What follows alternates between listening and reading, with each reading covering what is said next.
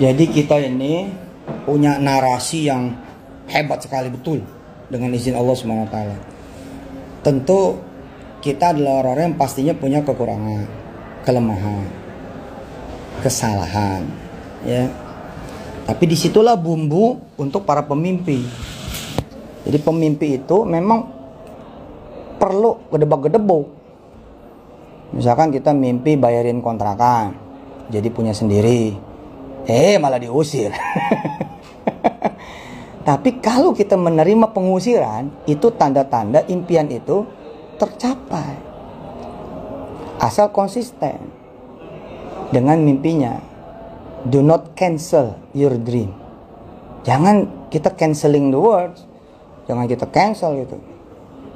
Nah, kalau tadi Hamdan bilang pesantren Darul Quran oke banget, belum seberapa ini. Kita punya narasi yang super mega triliun. Dan ini saya anggap kecilnya kecil sekali. Kecilnya tuh kecil banget. Saya sama Haji Widi, sama teman-teman di pesantren Darul Quran, izin Allah Subhanahu wa Ta'ala, merilis yang namanya kawasan pesantren. Dan kita udah tanda tangan sama 2 BUMN gede. Bukan BUMN kecil ini.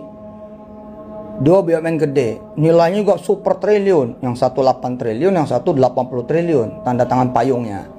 Tapi emang duitnya ini tetap dua-duanya dari capital market. Dari dunia IPO. Nggak bisa ini permodalan perbankan. Dia bakal pendek turning paymentnya. Tapi kalau di dunia capital market kan bisa puluhan tahun. Iya, long term. Kayak apa? Nih waktu Isya nih, waktu azan, insyaallah mudah-mudahan barokah. Jadi kita bangun kawasan pesantren yang isinya itu 100.000 santri per tahun.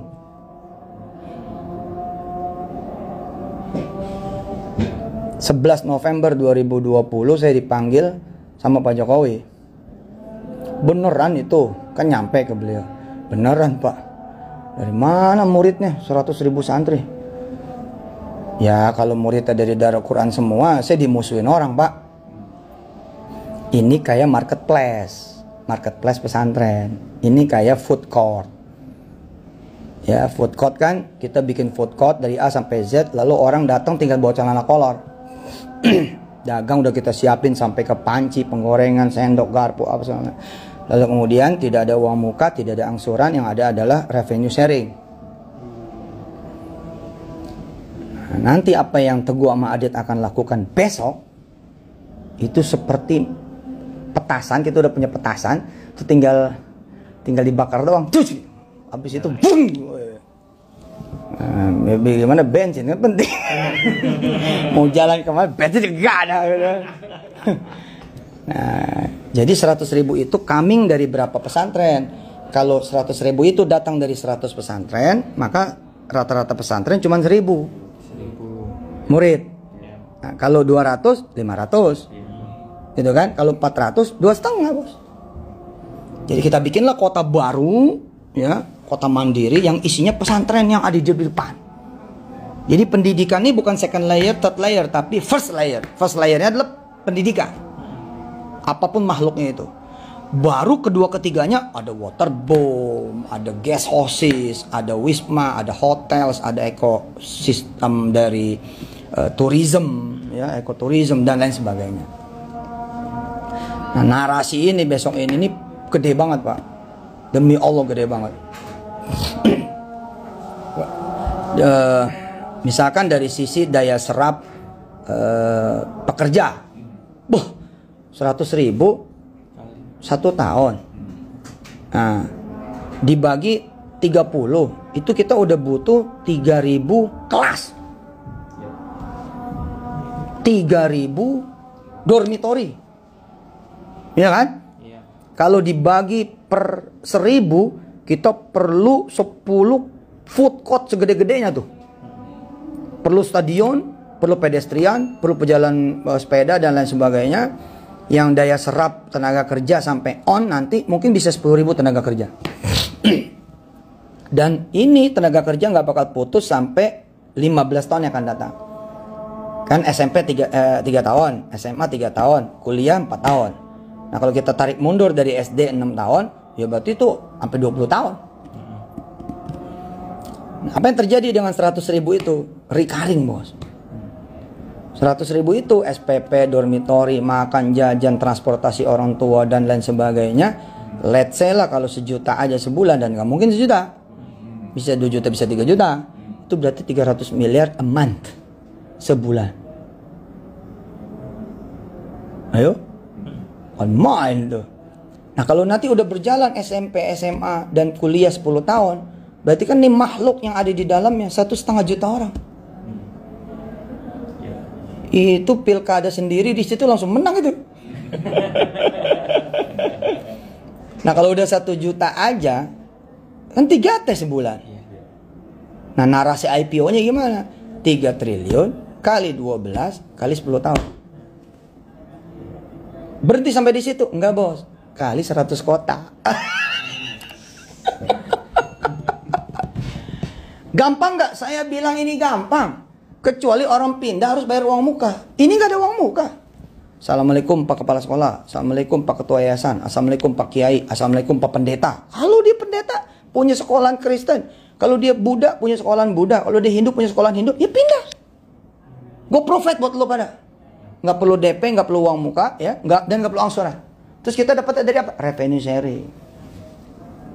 Nah, sama transaksi nanti pakai apa? Oh ini bos, kalau udah waktunya nanti bisa pakai Bitcoin. Kalau sudah diresmikan jadi currency, kan begitu. Sebelum diresmikan dan atau nanti setelah diresmikan pun yang udah pastilah pakai e-money. Pakai e-money siapa? E-money Petren lah, e-money kita sendiri.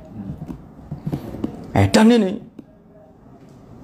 saya yakin, saya udah tes kok ke banyak kiai, saya bilang, oh ya kalau ndak ada uang muka, ndak ada angsuran, itu sudah semuanya ada kiai. Bahkan kita bangunkan pasarnya, kita bangunkan peternakan hulu ke hilirnya, sehingga harga telur di komunitas kita itu, di kawasan kita beda dengan harga telur di luar, cabai semua beda, dan kita akan bangun hulu ke hilir. Nah proyek pertama ini Lido 517 hektar. Yusuf Mansur ngomong gede aja, masalah banyak. Ciri-ciri orang gede itu masalahnya banyak. Tapi dia nggak lari dari masalahnya. Catat omongan gue nih. Coba ikutin. Ciri-ciri orang besar itu. Ciri-ciri orang besar. Hidupnya bermasalah. Hidupnya pasti. Tapi dia nggak lari. Dia mikir. Apalagi kan masalah, ada yang masalah sebenar-benarnya masalah dia. Ada yang kagak, cuman disamper-samperin doang, disandar-sandarin doang. Kalaupun iya nih, ya asal lu selesain malah jadi orang gede. Jadi orang gede. Ada orang Pak ketipu travel Pak, 22 orang harus dia tanggung Pak. Dia nggak lari Pak, perempuan loh. Dia nggak lari. Dia datang ke saya cuma minta doa supaya saya jadi perempuan kuat. Hari ini Pak, hari ini nih. Ya karena COVID ya, izin Allah SWT. Tapi hari ini udah memberangkatkan lagi 200 orang.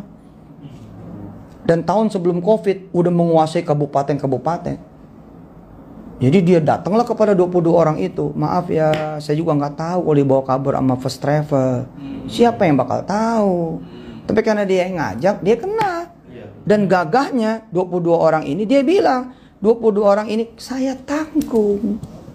Terus orang-orang pada nanya 22 orang ini, gimana caranya lu nanggung? Kata dia apa? Ya gue kerja. Kan udah terbukti gue bisa ngajak lo nih 22 orang. Padahal kan setiap 20 orang 1 tiket. Jadi percayalah kalian semua akan selesai dalam waktu 1 tahun. Pokoknya saya setiap dapat 20, 1 orang ganti-gantian ya gitu. Tanpa diduga Pak, 22 orang itu melamar menjadi marketingnya dia. Dan salah satu dari yang 22 dapat tender order ngeberangkatin kepala-kepala sekolah SD negeri satu kabupaten. 300 orang. Ya langsung berangkat 20 orang. Allahumma sholli wa sallim wa barik alaihi wa ala alihi. Makanya kalau punya teman bermasalah jangan dijauhin. Itu orang bakalan kaya. Bener. Kalau ada orang yang lagi dihina, lu deketin, kasih pisang goreng. Kasih kopi gula aren, kasih es kelapa, ajak makan. Besok bos, dia jadi bos nih. Yang diingat orang yang ngasih air loh. Tapi jangan orang bermasalah disial-sialin, dimampus-mampusin. Mampus tuh si Ustadz. Ya, tak gue jadi presiden gue inget loh. Tapi ini kita presiden yang pemaaf ya. Ayo kita salat. Jangan lupa nih, pilih saya.